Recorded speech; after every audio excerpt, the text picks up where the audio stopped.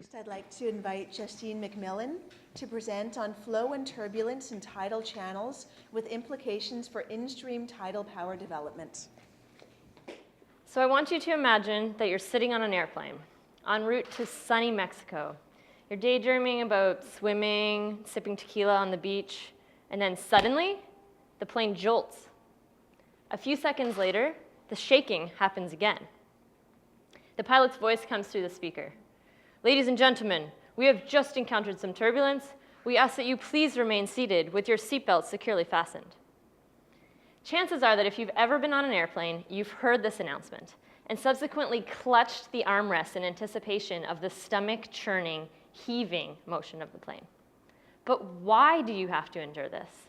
Can't the pilots predict when and where the turbulence is going to occur?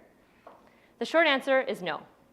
Turbulence, by its very nature, is random, chaotic, and intermittent, which makes it unpredictable.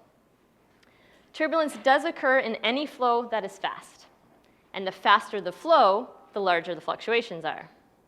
This is especially problematic for turbines, which for economic reasons need to be located in regions of very strong flow. The large bursts of energy can cause a turbine to suddenly fail, or perhaps the fluctuations over time will lead to weakening and eventual failure.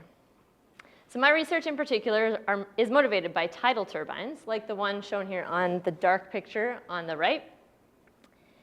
These devices are being installed around the world on the ocean floor, and both developers and insurance companies need to know with some degree of certainty that the failure that you see on the left doesn't happen to the device on the right.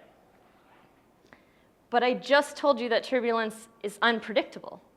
So how can the industry possibly proceed? Well, thankfully, a chaotic process can be described by statistics. This does not mean that the precise time and location of the turbulence can be predicted, but rather that the probability or the likelihood of the extremes can be estimated. This is exactly what we're after.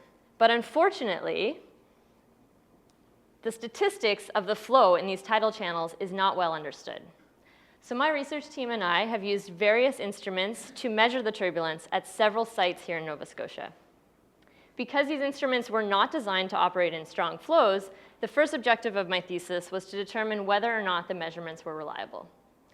I am happy to report that the answer is yes, which means that I can now move on to estimating the statistical properties of the turbulence. This information is both important for the selection of the turbine site, as well as for the design of the devices themselves. As you know from air travel, turbulence is unavoidable, but structures can be designed to withstand its effects. After all, the plane probably won't fall out of the sky, and you'll be sipping your tequila in no time. Thank you.